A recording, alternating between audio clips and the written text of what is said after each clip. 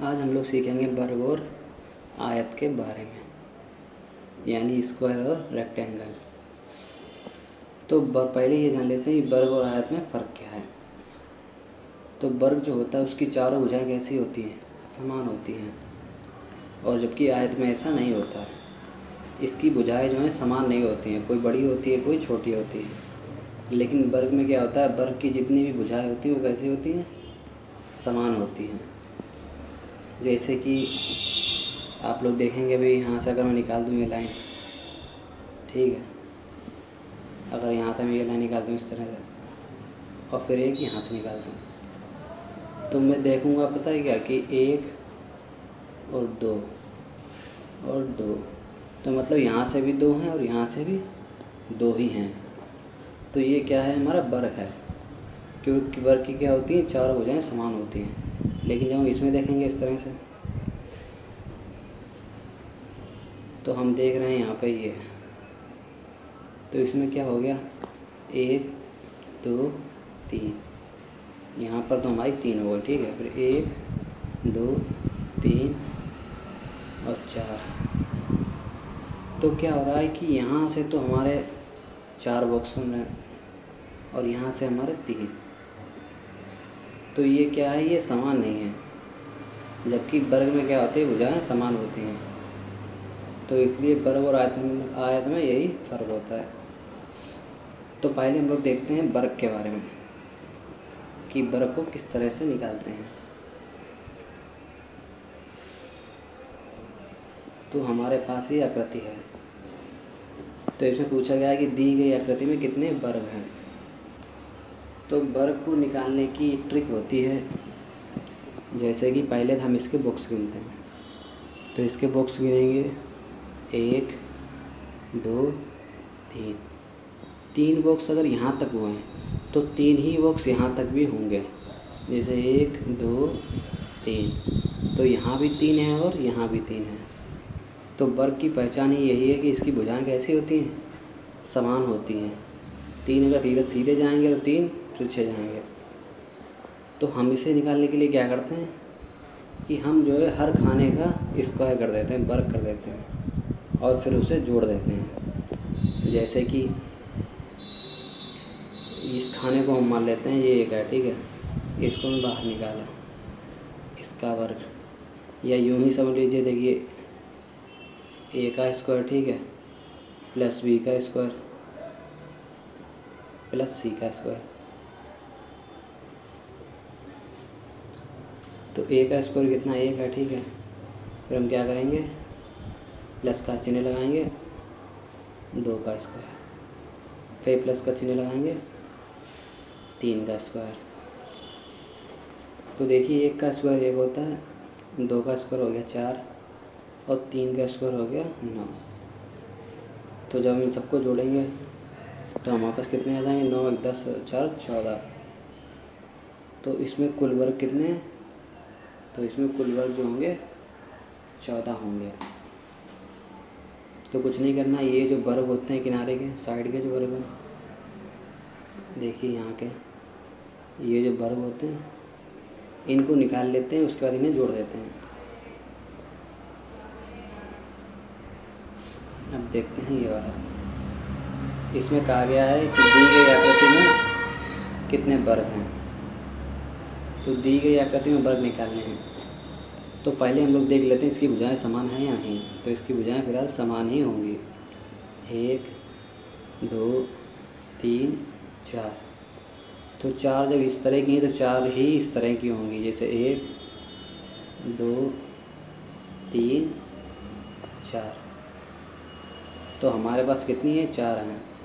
तो हमें कुछ नहीं, जितनी संख्याएं जैसे ए का स्क्वायर प्लस बी का स्क्वायर प्लस सी का स्क्वायर था, अब यहाँ पर एक बढ़ गई संख्या, तो हम क्या कर देंगे, डी का स्क्वायर भी कर देंगे। तो फिर हम क्या करते हैं, एक का स्क्वायर करते हैं पहले, एक का स्क्वायर करने के बाद फिर हम कितने का स्क्वायर करेंगे, दो का स्क्वायर,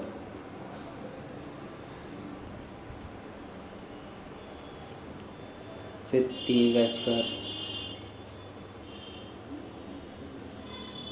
फिर प्लस चार का स्क्वायर।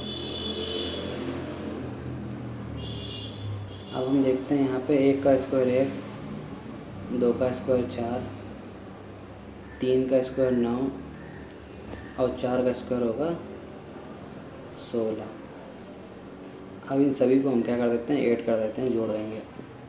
तो 9 और 1 10, 10 4 14 और 26। तो हमारे पास कुल जो बनेंगे वो कितने बनेंगे, 30। तो इसमें कुल वर्ग पूछे जाएंगे कितने होंगे, तो वो होंगे 30।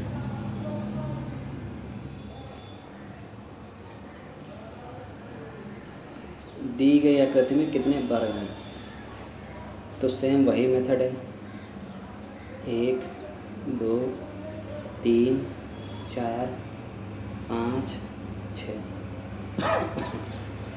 2 3 4 5 6। तो ये दोनों भुजाएं कैसी हैं, इसकी समान हैं। तो हम क्या करेंगे, इन सभी का वर्ग निकाल देते हैं। 1 का वर्ग प्लस 2 का वर्ग प्लस 3 का वर्ग प्लस 4 का वर्ग प्लस 5 का वर्ग प्लस 6 का वर्ग। अब यहाँ पे इनको क्या कर देते हैं, सबको निकाल लेते हैं। जैसे 1 का वर्ग 1, 2 का वर्ग 4, 3 का वर्ग 9, 4 का वर्ग 16, 5 का वर्ग 25 और 6 का वर्ग 36। तो देखिए 36 और 4 40 और 9 49, 1 50, 50 और 25 75, 75 और 6 81 और 10 91। तो इसमें जो कुल वर्ग बनेंगे वो कितने बनेंगे, 91। क्योंकि 36 और 4 40, 9 49, 50, 75, 75 और 6 81 और 10 91। तो इसमें कुल वर्ग की संख्या कितनी होगी, 91 होगी। तो अब देख लेते हैं आयतन के बारे में। तो वर्ग में कुछ नहीं, जितनी भुजाएं हैं उन सबका हमें क्या कर देना है, क्यूब कर देना है। क्यूब नहीं मतलब स्क्वायर कर देना और निकल आएगा। आयत में क्या होता है, आयत में भुजाएं समान नहीं होती, जैसे कि 1 2 3 4, 1 2 3। तो यहाँ पर क्या है, भुजाओं की संख्या ज़्यादा है एक, और यहाँ पर एक कम है। तो इधर हो गई 4 और इधर हो गई 3। भुजाएं क्या हैं हमारी, समान नहीं हैं। तो भुजाएं समान नहीं है, ठीक है। तो ये क्या हो गया, हमारा आयत हो गया। अब अगर पूछा जाए कि दी गई आकृति में आयत कितने हैं, आपको आयत निकालने हैं। तो अब आपको इसका स्क्वायर करके जोड़ना नहीं है, आपको ये देख लेना है कि इसमें संख्याएं कितनी हैं। तो कैसे, जैसे सूत्र लिख देता हूँ पहले।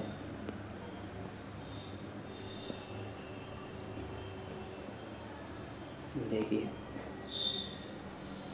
a plus B plus C plus D, ये सूत्र है इसका।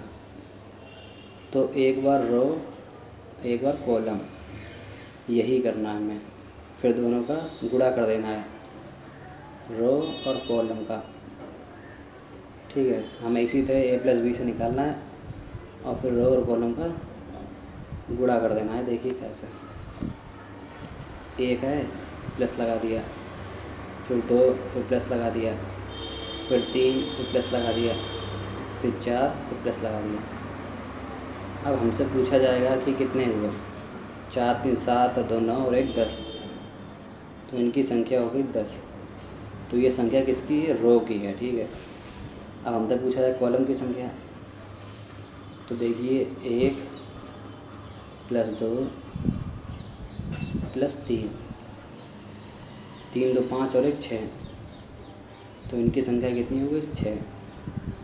अब हमने क्या किया, रो और कॉलम दोनों निकाल लिए। अब हमें इसमें आयत निकालने हैं। तो मैंने क्या बताया कि क्या करते हैं आयत निकालने के लिए, रो और कॉलम का गुणा कर देते हैं। जैसे कि 10 गुणे में 6, तो बराबर में आ जाएगा 60। तो इसमें कितने आयत हैं, तो इसमें 60 आयत होंगे। देखिए अगला, दी गई आकृति में कितने आयत हैं। तो आयत निकालने के लिए सबसे पहले हम इन्हीं की काउंटिंग करते हैं। 1 2 3, फिर 1 2 3 4 5 6। तो हमारे पास जो है पहले के हम क्या करते हैं, ये सीधी सीधी जो रो है इसको निकाल लेते हैं। तो देखिए 1 + 2 + 3 + 4 + 5 + 6। अब बराबर का निशान लगाएंगे और देखेंगे कितने हो गए। तो 6 5 11, 4 15, 3 18, 2 20 और 1 21। तो हमारे पास कुल कितने हो गए, 21 हो गए। 6 5 11, 11 और 4 15, 3 18, 2 20 और 21। अब हमें कॉलम निकालने हैं। तो कॉलम हमारे पास कितने होंगे, 1 2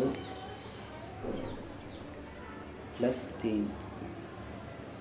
तो बराबर में ये कितने हो गए, 3 2 5 और 1 6। अब हमें क्या करना है, रो और कॉलम का सिर्फ गुणा करना होता है, यानी R गुणे C बराबर में क्या हो जाएगा, 6 गुणे 21। तो 21 और 6 का यानी 6 दूनी 12 और 6 126 हो जाएंगे। तो हमारे पास कुल आयत इसमें कितने होंगे, 126 होंगे। अब देखिए इसमें क्या है, इसमें दिया गया आकृति में ज्ञात करनी है।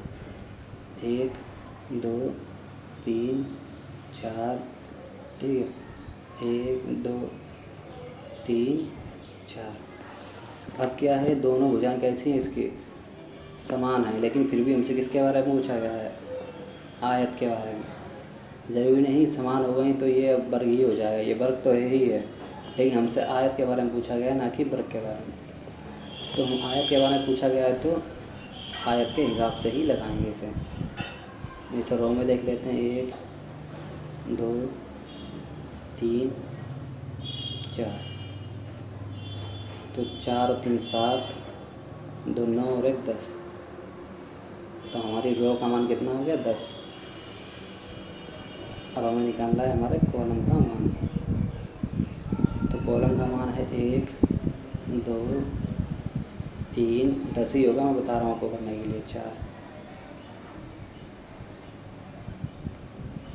तो इसका भी मान कितना हो गया, 10।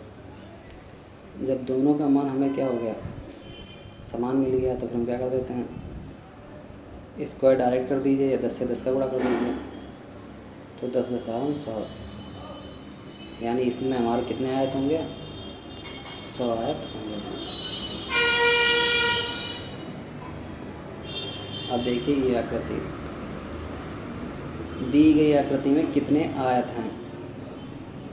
तो हमें आकृति दी गई है और इसमें हमसे आयत पूछे गए हैं। तो पहले हम लोग काउंटिंग करेंगे, 1 2। तो R बराबर कितने हो गए, 1 + 2 बराबर 3, ठीक है। 1 2 3 4 5। कॉलम पूछ रहा है हमसे, 1 2 3 4 5। इनको क्या कर देते हैं, हम ऐड कर देते हैं। 5 और 4 9, 3 12, 2 14 और 1 15। तो 15 क्या कर देते हैं, रो गुणे कॉलम। तो रो है हमारे पास 3 और गुणे में हमारे पास कॉलम कितने हैं, 15। 15 दिया 45। तो इस आयत में कितने, मतलब इस आकृति में कितने आयत होंगे?